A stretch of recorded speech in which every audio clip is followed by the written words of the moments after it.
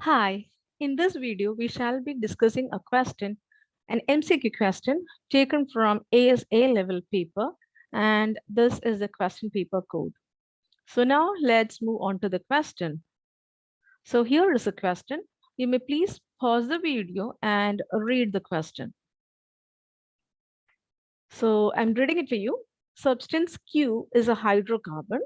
When 1 gram of Q is completely burned, 3.22 grams of carbon dioxide is produced.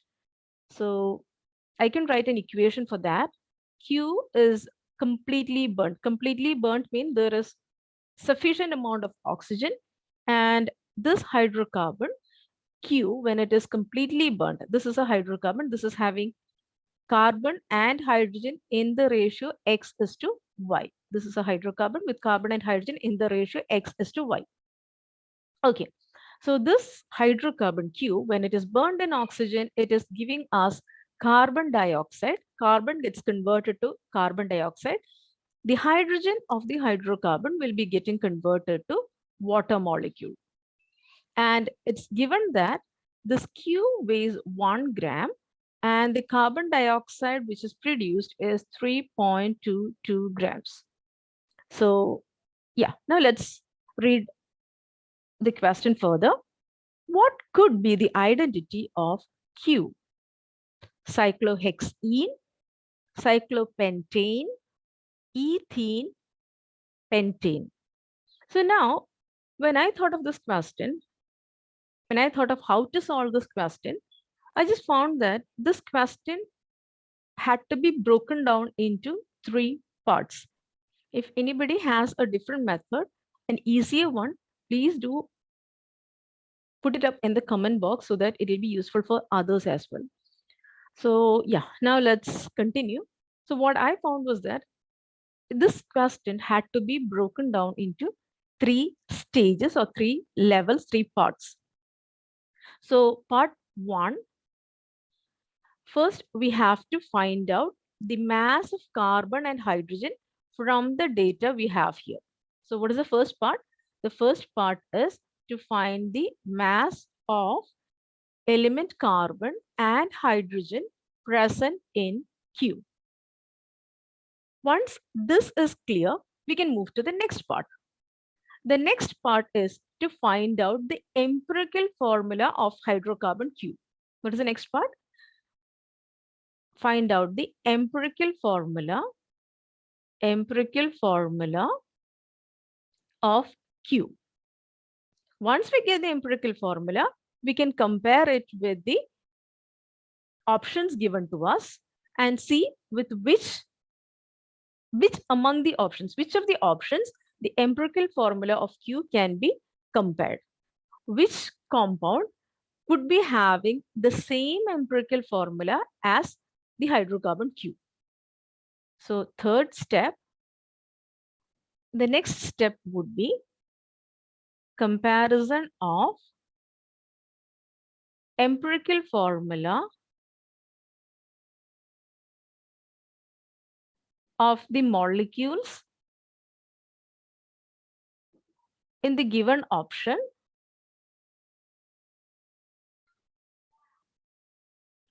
with Q.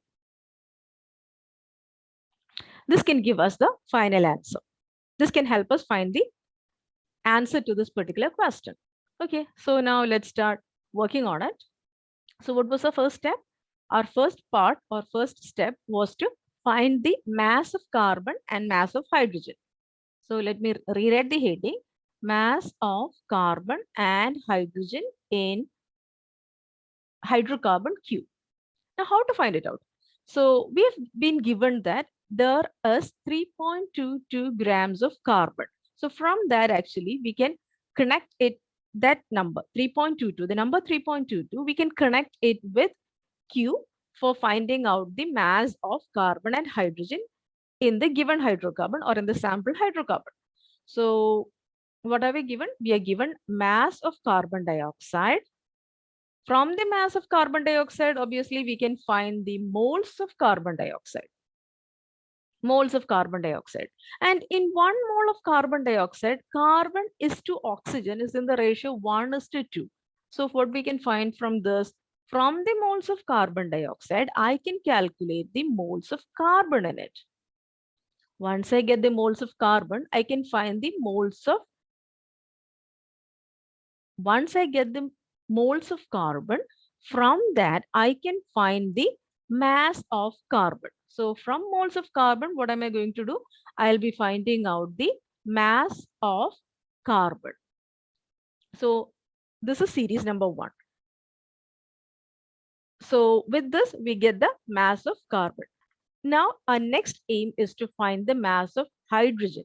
For that, we have to rely on this data. So for that, what do you have to do? From mass of carbon, so let me put it as the next series of steps. Mass of carbon can be used to calculate the mass of hydrogen. Okay, so now let's see the calculation part. So let me put this as A and this as B. I'm going for working of A. So first, let me go for the working of A to find out the mass of carbon in the given sample Q. So now we are going to calculate the mass of carbon.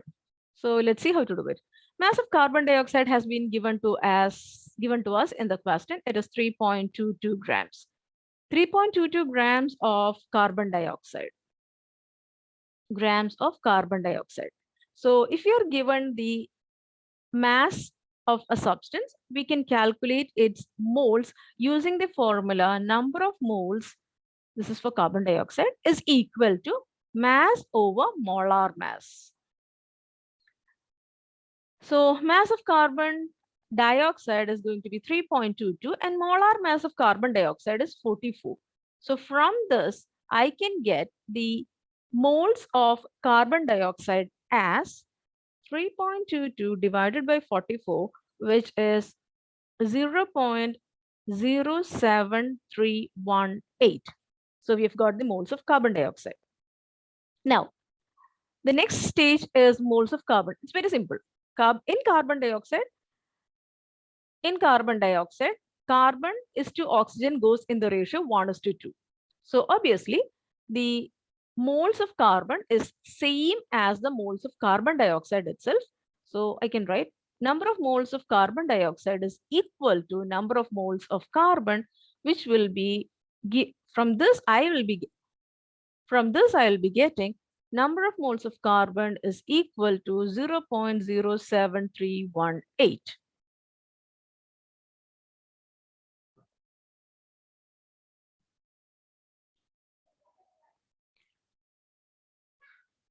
So now my next stage is to calculate the mass of carbon. Again, the same formula. This time it is number of, yeah. Now, in order to find the mass of carbon, again, the same formula, number of moles is equal to, this time it's carbon. So it's equal to mass over atomic mass of carbon. So number of moles is going to be 0.07318 is equal to mass over atomic mass of carbon is 12. That gives me, from this, I'll be getting mass of carbon as equal to 0.0731 times 12, which is equal to 0.8781. So I've got the mass of carbon. This I've got it as equal to 0.8781. Now, my next step is to find the mass of hydrogen.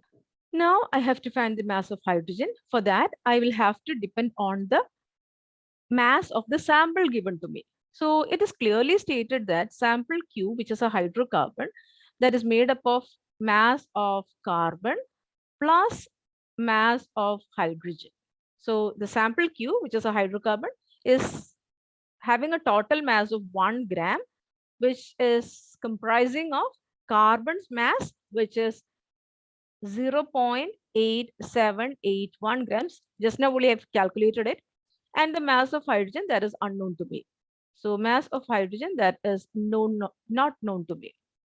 So I can get mass of hydrogen as equal to 1 minus 0.8781, which is going to be 0.1218 grams. So I've got the mass of hydrogen as equal to, mass of hydrogen is equal to 0.1218 grams. So yeah, we've got the mass of hydrogen, we've got the mass of carbon. So our part 1 is done. Now we can move on to part 2. Now we can move on to the next part, which is calculation of empirical formula.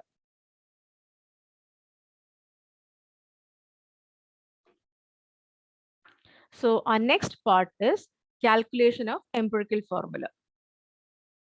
Calculation of empirical formula of hydrocarbon Q. So how to do that? So this is the tabular column that we normally do. Element, which is carbon as well as hydrogen. The mass of it, mass has to be converted to moles. From the moles, we have to get the simplest ratio. Simplest ratio. From the simplest ratio, we have to get the whole number ratio. Whole number ratio. So yeah, let's start. Mass of carbon, mass of hydrogen. Mass of carbon, it's 0.8781. 0.8781. Mass of hydrogen is 0.1218. 0.1218. Calculation of moles, the same formula. Number of moles is equal to mass over atomic mass. So for carbon, it is going to be 0.8781 divided by 12, which is going to be 0.037317. And for hydrogen, it is going to be 0.1218 divided by 1, which is same as 0.1218. Now that we've got the moles of carbon and hydrogen, the next step is to find the simplest ratio. In order to find the simplest ratio, we have to divide both the moles with the smaller number. Smaller number is the value. Smaller number corresponds to the moles of carbon. So for carbon, it's going to be for carbon, it's going to be 0.07317 divided by the same number. So that's going to be equal to 1. But for hydrogen, it is going to be 0.1218 divided by 0.07317. So 0.1218 divided by 0.07317 is going to be 1.664. So we have got the simplest ratio, but we cannot take this. We have to convert this into the nearest whole number ratio. Converting it into the nearest whole number ratio, we have to divide, we have to multiply both the numbers with number 3. Let's try multiplying it with 3. If I'm multiplying 1 with 3, I'll be getting it as 3. If I'm multiplying 1.664 with 3, I get 4.99, which can be rounded off to 5. So I get the empirical formula. So the empirical formula for Q is going to be C3H5. This is going to be the empirical formula for Q. So our second part is done. Now we have to get the third part. We've got that empirical formula of Q is C3H5. Now what we have to do is, next we have to find which among the given options has the same empirical formula. So let's try that. Let's try to figure it out. Option A is cyclohexene. Cyclohexene is like this. This is cyclohexene. So this is CH, CH, but this is CH2, this is CH2, this is CH2, and this is also CH2. So this is going to be 1, 2, 3, 4, 5, 6. C6, H is going to be 2, 4, 6, 8, 9, 10. So this is the molecular formula for A, and its empirical formula is C3H5. This is our option. But before confirming, let's check the rest of it also. Option B is cyclopentane. Cyclopentane is this. This is going to be CH2, CH2, CH2, CH2, CH2, and CH2. This has two extra hydrogens. So this is going to be C6 itself, but hydrogen is going to be 12. So this has a empirical formula of C2.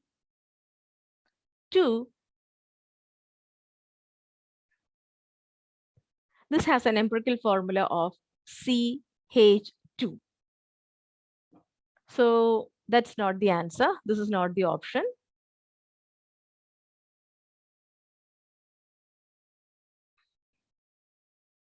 Let's try C and D as well. C is ethene. Ethene is CH2 double bond CH2. So this is going to be having a molecular formula of C2H4, which can be written as taking the common factor out. We can rewrite it as CH2 again. So this is also not the option. Going for the last one, D, pentane. Pentane is C5. Pentane is CH3, CH2, CH2, CH2, CH3, which is C5H12. C5H12, its empirical formula is C5H12 itself. So again, that's not the option. So what we got initially, option A is the right one. So yeah, that is the answer to this particular question. This is the answer to this particular question. That's all on this video. Thank you.